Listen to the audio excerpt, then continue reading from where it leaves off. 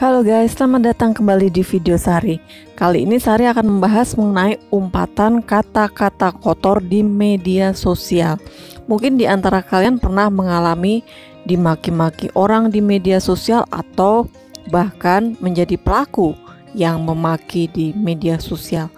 Oke, simak video ini sampai dengan selesai ya untuk mendapatkan penjelasannya dan akibatnya.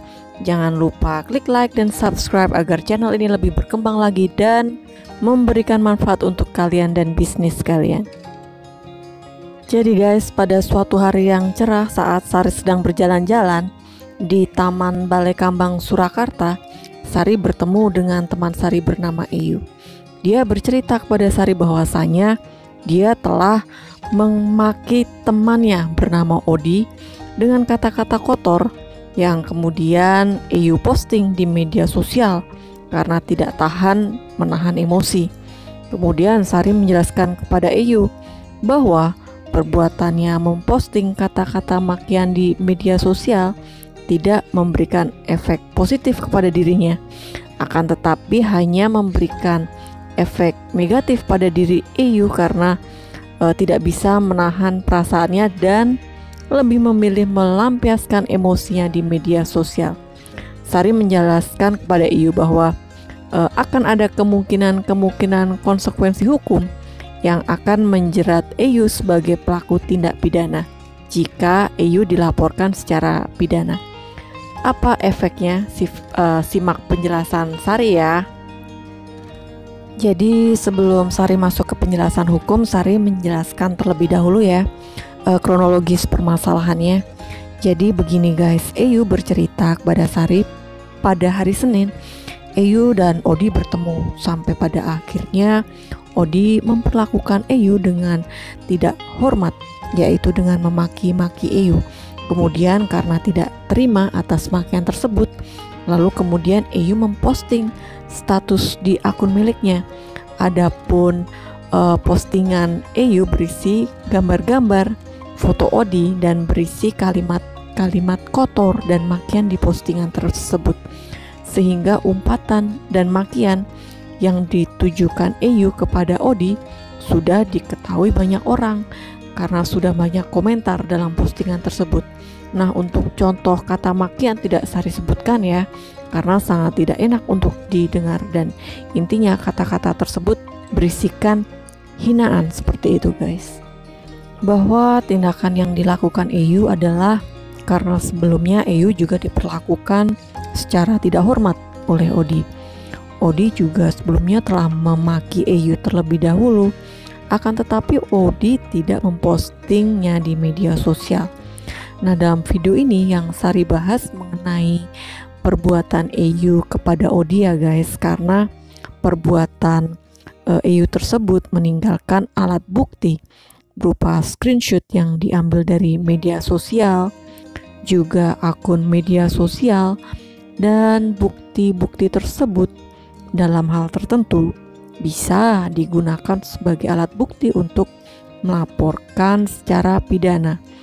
Jadi untuk kalian semua yang melihat video ini, usahakan jika kalian emosi karena mungkin direndahkan orang, tidak dihormati orang, atau hal-hal lainnya yang menyakitkan hati kalian, usahakan jangan melampiaskannya dengan memaki-maki orang di media sosial ya, karena akan merugikan kalian sendiri. Mungkin di antara kalian akan bertanya, kenapa hal tersebut merugikan? Oke, Sari langsung jawab ya. Karena jika memenuhi unsur-unsur pidana, bisa jadi kalian yang memposting kata-kata hinaan tersebut kemungkinan bisa berakhir dalam penjara. Kenapa bisa seperti itu? Oke, Sari akan langsung ke penjelasan hukumnya ya. Sebagaimana diatur dalam pasal 45 ayat 3 Undang-Undang Republik Indonesia nomor 19 tahun 2016 tentang perubahan atas Undang-Undang Republik Indonesia nomor 11 tahun 2008 tentang informasi dan transaksi elektronik, yang unsur-unsurnya adalah sebagai berikut, yaitu yang pertama unsur setiap orang, yang kedua unsur dengan sengaja, kemudian yang ketiga unsur tanpa hak, dan yang keempat yaitu unsur mendistribusikan dan atau mentransmisikan dan atau membuat dapat diaksesnya informasi elektronik dan atau dokumen elektronik yang memiliki muatan penghinaan dan atau pencemaran nama baik. Oke, kita langsung masuk ke penjelasan hukumnya ya, yaitu yang pertama unsur barang siapa. Nah, unsur pertama ini tidak Sari bahas ya, karena sudah sering Sari bahas di playlist pidana dan pidana khusus. Intinya adalah memang benar EU sebagai subjek hukum yang telah memposting kata-kata makian tersebut. Kemudian selanjutnya unsur tanpa hak, bahwa berdasarkan pada pasal 17 ayat 2 Undang-Undang Nomor 19 tahun 2016 tentang perubahan atas Undang-Undang Republik Indonesia Nomor 11 tahun 2008 tentang informasi dan transaksi elektronik yang berbunyi para pihak yang melakukan transaksi elektronik sebagaimana dimaksud pada ayat 1 wajib beritikat baik dalam melakukan interaksi dan atau pertukaran informasi elektronik dan atau dokumen elektronik selama transaksi berlangsung. Nah, berdasarkan pasal 17 ayat 2 undang-undang tersebut memberi syarat harus beritikat baik. Maka hanya orang yang beritikat baik saja yang berhak melakukan interaksi dan atau pertukaran informasi. Nah, dari pasal tersebut tindakan dan perbuatan yang telah dilakukan EU bisa dikatakan bahwa terbuktinya unsur dengan sengaja dan tanpa hak membuat dapat diaksesnya informasi dan dokumen elektronik yang memiliki muatan penghinaan. Bisa dikatakan telah terpenuhi ya guys. Maka perbuatan EU berupa melakukan posting status berupa makian tanpa itikat baik sehingga menyebabkan Odi sebagai korban merasa dipermalukan, seperti itu. Kemudian selanjutnya unsur mendistribusikan dan atau mentransmisikan dan atau membuat dapat diaksesnya informasi elektronik dan atau dokumen elektronik yang memiliki muatan penghinaan dan atau pencemaran nama baik. Nah, untuk unsur pendistribusian ini akan Sari sebutkan pasal-pasal yang terkait ya, diantaranya dalam undang-undang tentang informasi dan transaksi elektronik. Nah, pada pasal 1 angka 1 di situ dijelaskan tentang informasi elektronik, pengertiannya seperti apa. Kemudian pada pasal 1 angka 2 disebutkan transaksi elektronik adalah perbuatan hukum yang dilakukan dengan menggunakan komputer, jaringan komputer, dan atau media elektronik lainnya.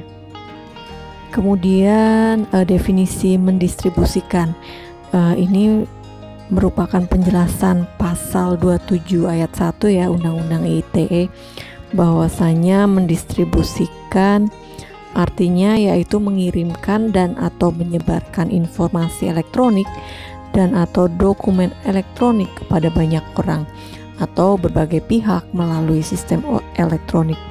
Kemudian mentransmisikan yaitu mengirimkan informasi elektronik dan atau dokumen elektronik yang ditujukan kepada satu pihak lain melalui sistem elektronik. Kemudian definisi membuat dapat diakses adalah semua perbuatan lain selain mendistribusikan dan mentransmisikan melalui sistem elektronik yang menyebabkan informasi elektronik dan atau dokumen elektronik dapat diketahui pihak lain atau publik. Lalu unsur selanjutnya yaitu unsur dengan sengaja. Yang akan Sari bahas ini adalah mengenai doktrin hukum pidana ya, mengenai teori kesengajaan yang telah dikembangkan ke dalam dua teori. Kedua teori ini dikutip dari penulis Kanter dan penulis Sianturi ya dalam bukunya asas-asas hukum pidana di Indonesia dan penerapannya.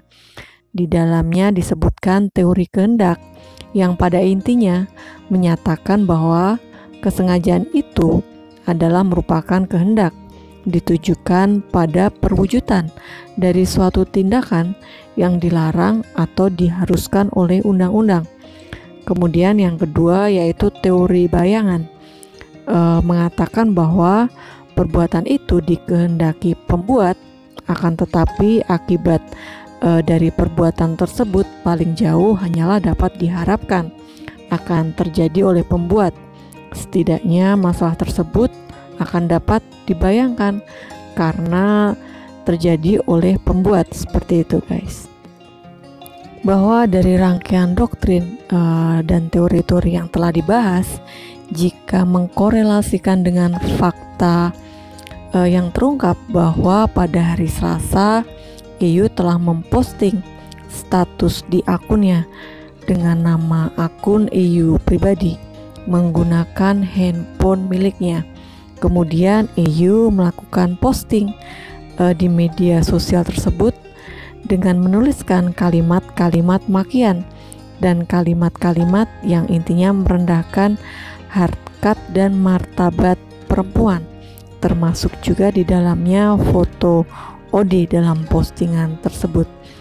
Kemudian EU dengan sengaja melakukan posting tersebut dan mengetahui dan menghendaki akibat dari perbuatannya sehingga dapat diaksesnya informasi dan dokumen elektronik yang memiliki muatan penghinaan.